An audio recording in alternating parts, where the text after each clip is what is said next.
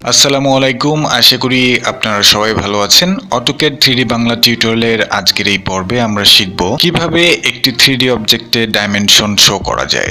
Dimension ছাড়া আপনার ড্রয়িংটা সম্পূর্ণ হয় না, এটা অসম্পূর্ণ থাকে। সুতরাং আপনার 3D অবজেক্টটাকে পারফেক্টলি রিপ্রেজেন্ট করার জন্য অবশ্যই আপনার ডাইমেনশন দিতে হবে। আমরা যখন অটোক্যাড 2D শিখছিলাম তখন 2D অবজেক্টের উপর আমরা কিভাবে ডাইমেনশন অ্যাপ্লাই করব সেটা দেখেছিলাম। ঠিক একইভাবে আমরা 3D অবজেক্টের উপরেও ডাইমেনশন অ্যাপ্লাই করতে পারবো। এক্ষেত্রে তেমন কোনো পার্থক্য নাই। ডাইমেনশন এবং ডাইমেনশন স্টাইলের উপর আপনার যদি কোনো ধারণা না থাকে তাহলে এই ভিডিওটি আপনার জন্য না। প্রথমে আপনাকে জানতে হবে কিভাবে আমরা 2D অবজেক্টে ডাইমেনশন অ্যাপ্লাই করে থাকি, আর এর জন্য আপনাকে আমার চ্যানেলের প্লেলিস্টে যেতে হবে। সেখানে AutoCAD 2D A to Z Bangla টিউটোরিয়ালের 29 নম্বর পর্বটি হচ্ছে ডাইমেনশনের উপরে তৈরি করা। সেখানে খুব সুন্দরভাবে বলা হয়েছে কিভাবে একটা 2D অবজেক্টে আমরা ডাইমেনশন অ্যাপ্লাই করতে পারি। 3D অবজেক্টে ডাইমেনশন অ্যাপ্লাই করার জন্য আরেকটি বিষয় জেনে রাখতে হবে, সেটি হচ্ছে ইউসিএস। ইউসিএস সম্পর্কে যদি আপনার কোনো ধারণা না থাকে তাহলে আপনাকে অটোক্যাড 3D বাংলা টিউটোরিয়াল প্লেলিস্টে যেতে হবে। সেই প্লেলিস্টের 5 নাম্বার টিউটোরিয়ালটাই হচ্ছে ইউসিএস এর উপর টিউটোরিয়াল। সেই টিউটোরিয়ালটি দেখলেই আপনি ইউসিএস সম্পর্কে সম্পূর্ণ ধারণা পেয়ে যাবেন। সুতরাং আর দেরি না করে চলুন আমরা চলে যাই আমাদের মূল পর্বে।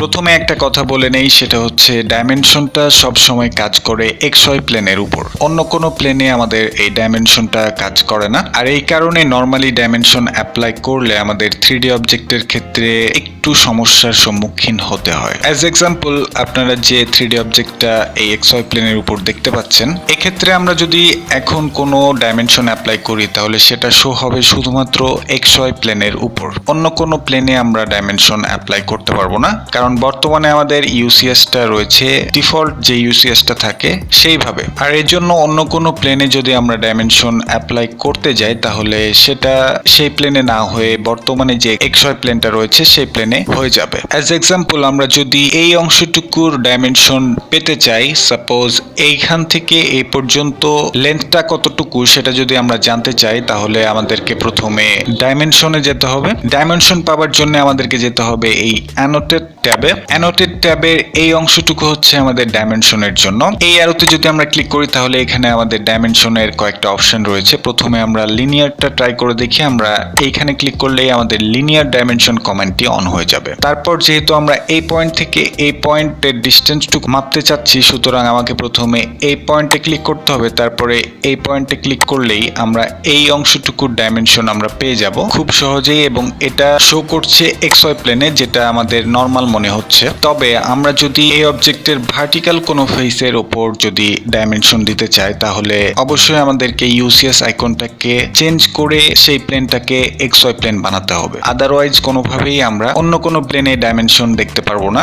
সাপোজ ধরুন যে আমরা এই সার্কুলার অংশটুকু রেডিয়াস কতটুকু সেটা যদি আমরা মেপে দেখতে চাই তাহলে প্রথমে আমাদেরকে ডাইমেনশনে যেতে হবে। তারপরে আমরা এই রেডিয়াস অপশনটি ক্লিক করব। তারপরে এই সার্কেলটাকে আমরা সিলেক্ট করব, বাট আমরা এটার ডাইমেনশন দেখতে পাচ্ছি না। দেখতে পাচ্ছি, তবে সেটা নিচে চলে গিয়েছে। আমরা সাপোজ এখানে ক্লিক করে দিলাম। তাহলে আমরা এখন যে ডাইমেনশনটা পেলাম সেটা আসলে XY প্লেনে রয়েছে এবং সেটা নিচের যে XY প্লেনটা রয়েছে সেটার উপর শো করছে, যেটা আমাদের কাছে একটু অড মনে হচ্ছে। এই সব সমস্যা এড়াতে হলে অবশ্যই আমাদেরকে ইউসিএসটাকে চেঞ্জ করে সেই প্লেনে এমনভাবে সেট আপ করতে হবে যেন সেই প্লেনটা হয়ে যায় XY প্লেন। তারপরে যদি আমরা সেখানে ডাইমেনশনটা অ্যাপ্লাই করি তাহলে সেই প্লেনের উপর খুব সুন্দরভাবে আমরা সেই অংশটুকুর ডাইমেনশন পেয়ে যাব। নিচের যে অংশটুকুর ডাইমেনশন আমরা মেজার করলাম 9 ইউনিট, সেটা যদি আমরা ভার্টিক্যালি এই ফেসটার উপরে শো করাতে চাই তাহলে প্রথমে আমাকে এই ফেসটাকে XY প্লেন বানাতে হবে। তারপরে যদি আমরা এই অংশটুকুর ডাইমেনশন নেই তাহলে সেই অংশটুকুর ডাইমেনশন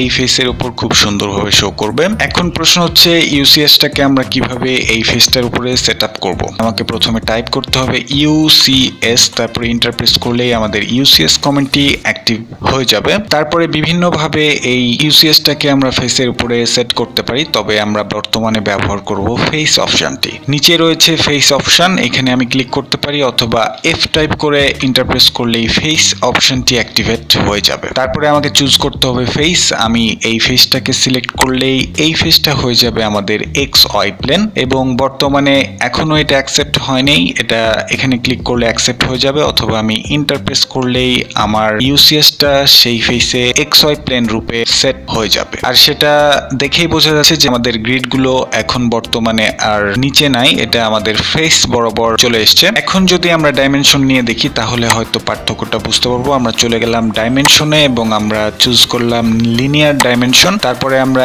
এই পয়েন্টটা সিলেক্ট করলাম, তারপরে এই পয়েন্টটা সিলেক্ট করলাম। এবার দেখুন যে আমাদের ডাইমেনশনটা খুব সুন্দরভাবে আমাদের এই ফেসের উপর ভার্টিক্যালি আমরা পেয়ে যাচ্ছি। ডাইমেনশনটুকু আমাদের ডিজায়ার্ড ওরিয়েন্টেশনে পেয়ে যাওয়ার পর আমরা আমাদের ইউসিএস আইকনটাকে ডাব্লিউসিএস করে ফেলবো। আর এর জন্য আমরা চলে যাব ভিউ কিউবে। এইখানে ক্লিক করলে আমাদের এইখানে রয়েছে ডাব্লিউসিএস আইকন, এখানে ক্লিক করলেই এটা তার ডিফল্ট পজিশনে চলে যাবে। ঠিক একইভাবে আমরা আবার চলে গেলাম ডাইমেনশনে এবং এখান থেকে আমরা নিলাম লিনিয়ার ডাইমেনশন। তারপরে আমরা যদি এই পয়েন্ট থেকে এই পয়েন্টটা মেজার করি তাহলে আমাদের পাওয়া যাচ্ছে 12 ইউনিট, যেটা আমাদের এক্স ওয়াই প্লেনের উপর শো করছে। এখন যদি আমরা সেটাকে একইভাবে ভার্টিক্যালি এই ফেসের উপরে শো করাতে চাই তাহলে আমাকে টাইপ করতে হবে ইউসিএস, তারপরে ইন্টারপ্রেস করব।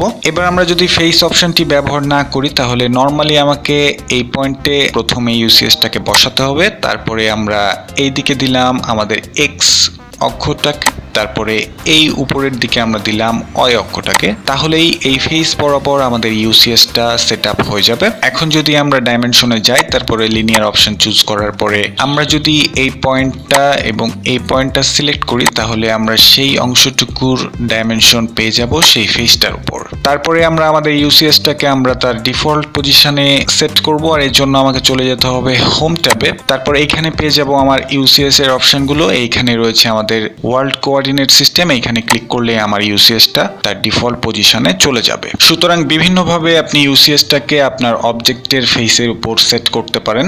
এই বিষয় নিয়ে বিস্তারিত আর কথা বলছি না, কারণ এটার উপরে এক্সপ্লেন করা হয়েছে, সময় নষ্ট করলাম না। এবার আমরা দেখব এই ফেসটার উপরে কিভাবে আমরা আমাদের ডাইমেনশনটা শো করাতে পারি। আর এর জন্য এই ফেসটাকে আমার এক্স ওয়াই প্লেন করতে হবে। আর এর জন্য আমি টাইপ করব ইউসিএস, তারপরে ইন্টারপ্রেস করে আমরা ফেসের জন্য টাইপ করব এফ, তারপরে ইন্টারপ্রেস করে এই ফেসটাকে সিলেক্ট করব, তারপরে অ্যাকসেপ্ট করার জন্য ইন্টারপ্রেস করব। তারপরে আমাদেরকে ডাইমেনশনের জন্য যেতে হবে, আর এর জন্য আমরা যেতে পারি আমাদের অ্যানোটেড ট্যাবে অথবা মেনু বারের উপরে এইখানে রয়েছে ডাইমেনশন, এইখানে ক্লিক করলে এই জায়গায় আপনি পেয়ে যাবেন লিনিয়ার অপশন। এইখানে আমি ক্লিক করলাম, তাহলেই আমার লিনিয়ার কমেন্টটি চালু হয়ে যাবে। তারপরে আমি এই পয়েন্ট থেকে এই পয়েন্টটা যদি আমি সিলেক্ট করি তাহলে আমি এই ফেসের উপর খুব সুন্দরভাবে আমার ডাইমেনশনটুকু শো করাতে পারছি। তারপরে এইখানে ক্লিক করলেই আমার ইউসিএস আইকনটা তার ডিফল্ট পজিশনে চলে যাবে। ঠিক একইভাবে আমরা যদি এই সার্কেলটার রেডিয়াস কিংবা ডায়ামিটার শো করাতে চাই এই ফেসটার উপরে, তাহলে আমাকে টাইপ করতে হবে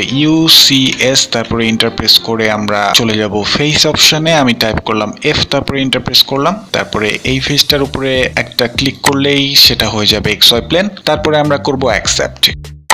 তারপরে রেডিয়াস মাপার জন্য আমাদেরকে ডাইমেনশনে যেতে হবে। আমরা কোনো ট্যাব বা মেনু বারে না গিয়েও আমরা রেডিয়াসের ডাইমেনশন অ্যাক্টিভেট করতে পারি, যেটা কিবোর্ড থেকে, এবং কিবোর্ডের শর্টকাট হচ্ছে DRA, যেটা ডিম রেডিয়াস। তারপরে ইন্টারপ্রেস করব, তারপরে আমরা এই সার্কেল অংশটুকু সিলেক্ট করব, তাহলেই আমরা এটার রেডিয়াস পেয়ে যাব খুব সুন্দরভাবে, এবং আমরা আমাদের প্রয়োজন মতো যে কোনো জায়গায় সেটাকে সেট করতে পারবো। সিমিলারলি আমরা ডায়ামিটারের জন্য টাইপ করতে পারি DDI, তারপরে ইন্টারপ্রেস করলে আমাদের ডায়ামিটারের ডাইমেনশনের কমেন্টটি অ্যাক্টিভেট হয়ে যাবে। তারপরে এই সার্কুলার পোর্শনটুকু আমরা সিলেক্ট করব, তারপরে আমরা যে কোনো জায়গায় সেটাকে সেট করে দেব। তারপরে আমরা চলে যাব WCS অপশনে। এভাবে আমরা খুব সহজেই আমরা 3D অবজেক্টের উপরে ডাইমেনশন অ্যাপ্লাই করতে পারবো। আশা করি আপনারা সবাই বুঝতে পেরেছেন। আপনাদের বুঝতে কোথাও সমস্যা হয়নি, তারপরেও যদি কোথাও কোনো সমস্যা কিংবা সংশয় থেকে থাকে তাহলে অবশ্যই কমেন্ট করে জানাবেন। সে পর্যন্ত ভালো থাকবেন, সুস্থ থাকবেন। ধন্যবাদ সবাইকে।